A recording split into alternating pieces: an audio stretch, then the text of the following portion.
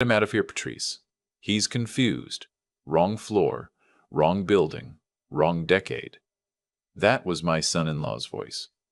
I recognized it the moment I stepped off the elevator into the 32nd floor of his firm's downtown Toronto office. He was standing maybe 15 feet away, surrounded by 3 colleagues in matching charcoal suits, and he was laughing. Not a nervous laugh, a performative one, the kind you make when you want an audience to know you're in charge. I was wearing my old Stanfield's flannel, the tan Carhartt jacket I've had since 2009, and my regular work boots. I'd driven in from Barrie that morning and hadn't thought much about what I was wearing. I never do. The receptionist, Patrice, apparently, looked between us with the particular discomfort of someone who knows something her boss doesn't. She opened her mouth, then closed it. I just stood there and looked at him. His name is Cody. He married my daughter 6 years ago in a backyard ceremony in Orangeville, and I paid for most of it. I remember standing there watching him take her hand and thinking he seemed like a solid kid. Ambitious, maybe a little too eager to impress, but solid. I gave him the benefit of the doubt for a long time, longer than I should have. But I'm getting ahead of myself. I'm 63 years old. I spent 31 years building a commercial refrigeration company out of a 2-bay garage in Innisfil, Ontario. We started with 1 truck and a contract to service the walk-in coolers at a chain of grocery stores in Simcoe County. By the time I sold the company 8 years ago, we had 42 employees, contracts across 4 provinces, and a reputation I was genuinely proud of. I didn't make headlines. I didn't go on podcasts. I drove a 2011 F-150 for 11 years because it ran fine and I didn't see the point of replacing it. After the sale, I bought a piece of lakefront property near Oromodonte, fixed up the old farmhouse that came with it, and started taking life slower. I still consult a little here and there. Old clients call when they have a problem. But mostly I fish, I split wood, I watch my grandchildren grow up. I have 2 kids. My son lives in Calgary and calls every Sunday. My daughter. I'll call her my daughter, because that's who she is to me in every way that matters. Lives in Mississauga with Cody and their 2 boys. The boys are 7 and 9. Good kids. Curious, a little loud. Exactly what boys that age should be. About 14 months ago, I drove down to Mississauga for a long weekend. Unannounced, which I know isn't always ideal, but my daughter had always said the door was open. Cody was away at a conference in Vancouver. I pulled into the driveway around noon on a Friday, knocked, and my daughter answered looking like she hadn't slept in 2 days. The house was fine on the surface, but when I came inside and the boys ran down from upstairs to see me, I noticed things. The younger one had a winter coat that was genuinely too small. The sleeves came halfway up his forearms. The older one's running shoes had a split along the left toe that someone had tried to fix with electrical tape. My daughter's phone had a cracked screen she'd been living with for months. I didn't say anything right away. I took them all out for lunch at Swiss Chalet, bought the boys new coats and shoes at Sport Check that afternoon, and on Saturday morning, while the kids watched cartoons and my daughter slept in for the first time in what seemed like weeks, I made coffee and sat at the kitchen table and thought about what I was seeing. Cody was a wealth management advisor at a mid-sized investment firm in downtown Toronto. He'd been in the industry for 9 years. The kind of work where your income scales with your book of business. When he and my daughter got married, he was making decent money. In the years since, he'd told us, at dinners, at Christmas, and offhand comments, that he was doing very well. Better every year. But my daughter's boys were wearing split shoes and hand-me-down coats. That discrepancy sat in my stomach like a cold stone. I drove back to Barrie that Sunday and started paying closer attention. Not in an accusatory way. Not yet. I just started noticing. Over the next 2 months, I found reasons to visit Mississauga 4 times. Each time, Cody happened to be away, or working late, or otherwise not present. That struck me as its own kind of information. I started talking to my daughter more directly, not interrogating her, just leaving space for her to say something if she wanted to. She didn't. Not at first. But there was something in the way she'd change the subject when Cody's schedule came up. Something in the way she'd go quiet when I mentioned money. That told me she was protecting something. Or someone. I'm old enough and stubborn enough that when something doesn't add up, I follow the numbers. I have an accountant I've used for over 2 decades, a man named Stewart, quiet and meticulous, the kind of man who notices when a decimal is off by a cent. I asked Stewart to help me understand something. I knew from my daughter mentioning it years ago that Cody had refinanced the Mississauga house. I knew from listening at family dinners the rough size of his book of business. What I wanted to know was whether the picture added up. Stewart spent 3 weeks looking at what was publicly available: corporate filings, property records, anything that didn't require a warrant. What he found wasn't illegal. But it was clarifying. Cody had incorporated a numbered company 2 years earlier. He'd taken out a line of credit on the house without my daughter's signature, which was worth noting.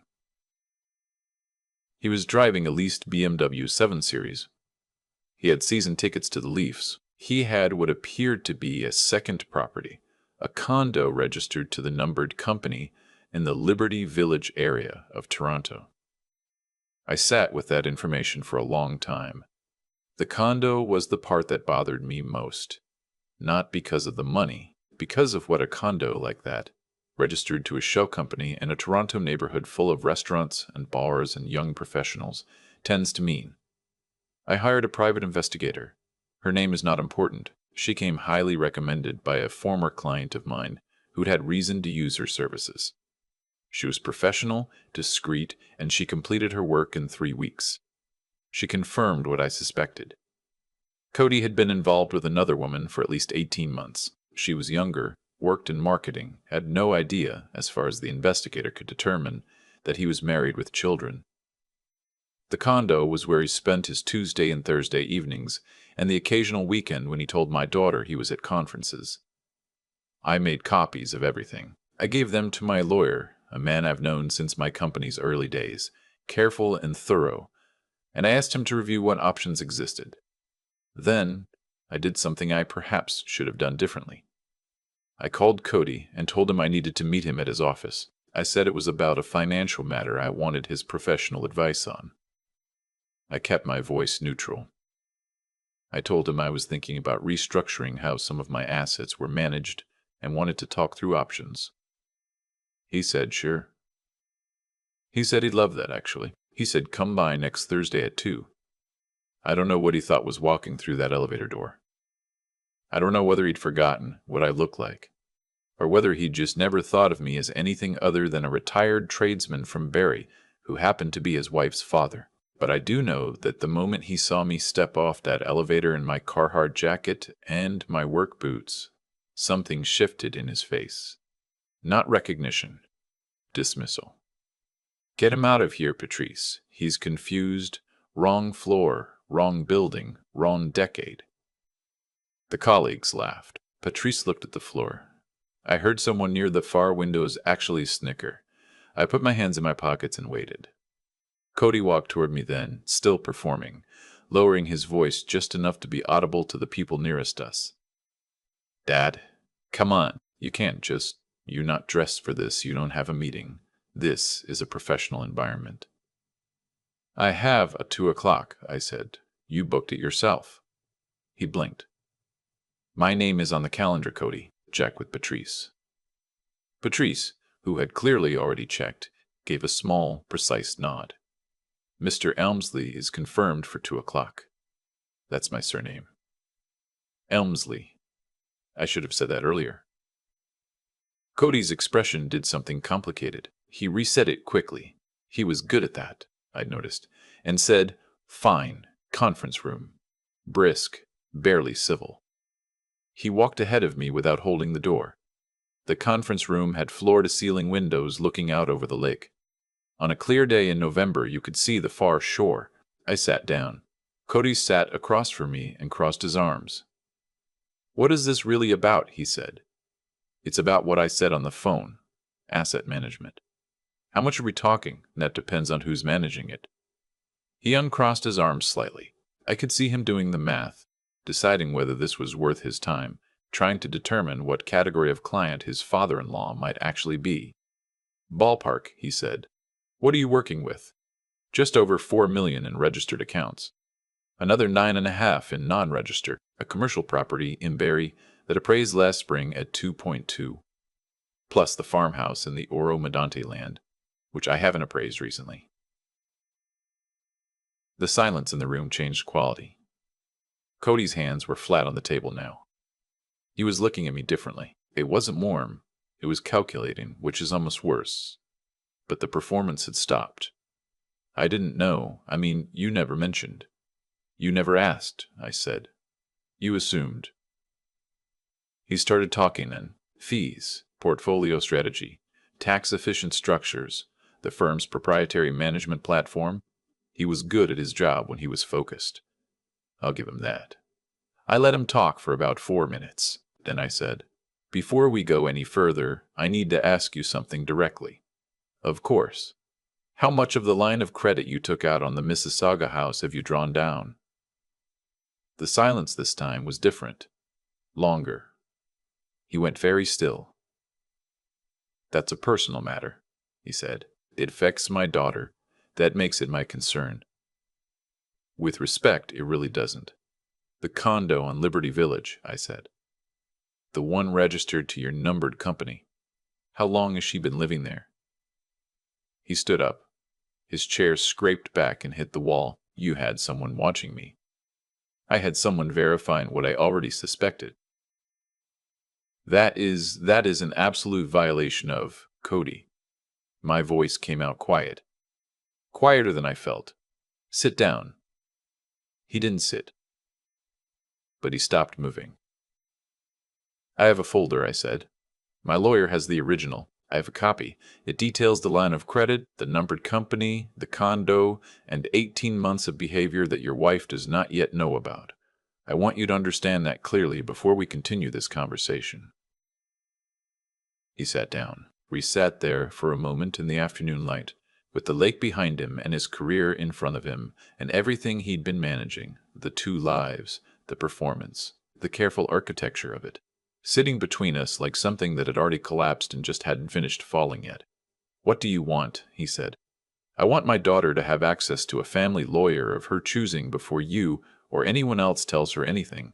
I want the line of credit frozen pending a fair division of the matrimonial home's equity. And I want you to understand that any attempt to move assets before them will be addressed by my lawyer, who has already drafted the necessary documents. You've had legal advice on this. For 6 weeks. He was quiet for a long time. He looked out the window. He looked at his hands. He looked like a man who had believed he was the smartest person in every room he'd ever been in, and was finding that belief difficult to hold. Does she know? He said. Quieter now. Something that might have been shame, though I couldn't be certain. No, I said. She will, but I wanted to speak to you first. I stood up and put on my jacket. I pushed my chair in. I do that everywhere. Restaurants, boardrooms, people's kitchens. My mother raised me to leave a table the way you'd want to find it. One more thing, I said. I'll be moving my assets to a different firm. I hope you understand. I walked out of the conference room and back through the open floor. Patrice was at her desk. I thanked her as I passed. She looked up, and for a half-second, I thought she was going to say something. She just nodded, but it was a particular kind of nod, the kind that means I already knew something was wrong in here. I took the elevator down and walked out onto Bay Street into the November cold. I stood there for a minute and watched the streetcar go by and thought about my daughter sitting in that house in Mississauga, not knowing what she was about to learn, and about the boys who would need their grandfather to be steady in the weeks ahead. I drove back to Barrie. I stopped at the Tim Hortons on the 400 because I had been awake since 5:30, and the coffee I'd made at the house had worn off 2 hours ago. I sat in the parking lot and drank my medium double-double, and looked at the gray November sky and did not feel triumphant. I felt tired, the way you feel when a long job is finally finished and you're not sure what to do with your hands. I called my daughter that evening. I asked if I could come for the weekend. She said of course. I said I'd be there Saturday morning. She said the boys would be happy. I told her there was something I needed to talk to her about. She went quiet on the phone for a few seconds, and then she said, I think I already know, Dad. I wasn't expecting that. I've known something was wrong for a long time, she said. I just didn't know what to do about it. I told her we'd figure it out together. I told her she wasn't going to go through it alone. I told her the boys were going to be okay. She didn't say anything for a moment. Then she said, very quietly, "He always acted like you were nothing. I hated that." "I know," I said. "You're not nothing, Dad." "I know that too," I said, "but it's nice to hear." The next 4 months were hard. They were hard in the way that real things are hard. Not dramatic, not cinematic. Just the grinding, daily work of lawyers and mediators and conversations that go too long, and documents that need to be read twice, and boys who need to be dropped off at school and picked up and fed and told, in age-appropriate language, that sometimes grown-ups make choices that change things, and that it doesn't have anything to do with them. My daughter had her own lawyer. A woman in Brampton. Sharp, practical, no patience for delay tactics. The matrimonial home's equity was divided fairly once someone started paying attention to what was actually in the accounts. Cody fought some of it and conceded the rest. He kept the Liberty Village condo. I expect he's still there. The boys live with my daughter now in a smaller place in Guelph. A good town, solid schools, a backyard. She got full-time work again with a property management company. She's good at it. She always was. I see the boys most weekends I can manage. They've taken to fishing, the older one in particular.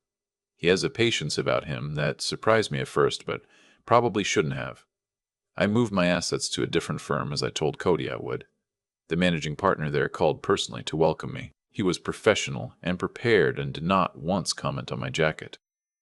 People ask me sometimes, old colleagues, neighbors, whether I'm angry at Cody, whether I regret not acting sooner, whether I wish things had gone differently. Mostly I tell them the truth, which is that I don't spend much time on regret. I spent 31 years in a business where things broke constantly.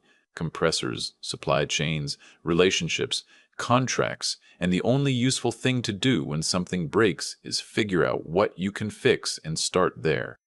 My daughter is okay. The boys are okay. That's what I fixed. That's what mattered. The rest of it, the performance, the assumptions, the laughter in that hallway, I don't carry that around. It would be too heavy and it isn't worth the weight.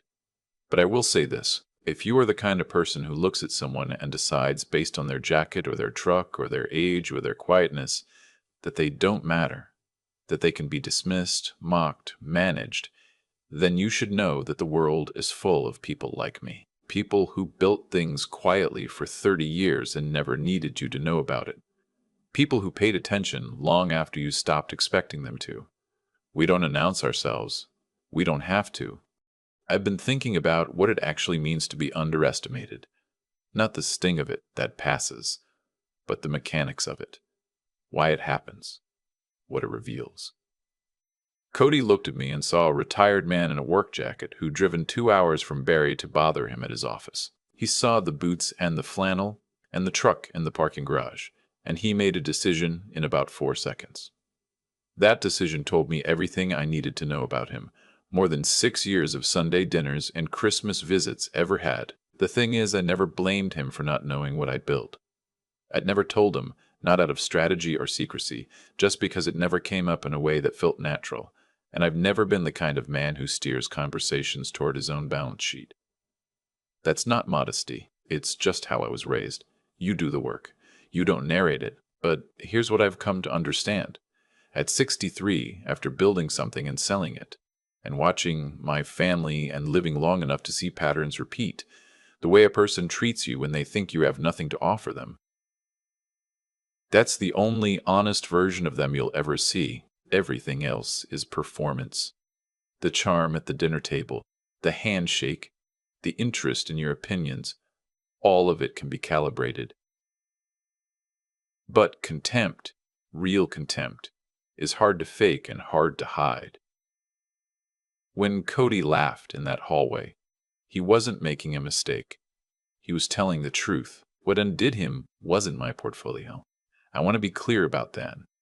If I'd been a retired man with a modest RRSP and a paid-off house in Barrie, His behavior toward my daughter and those boys would still have been wrong. The money was just the instrument that happened to be in my hand when things came to a head. What actually undid him was the accumulation of choices he'd made across years.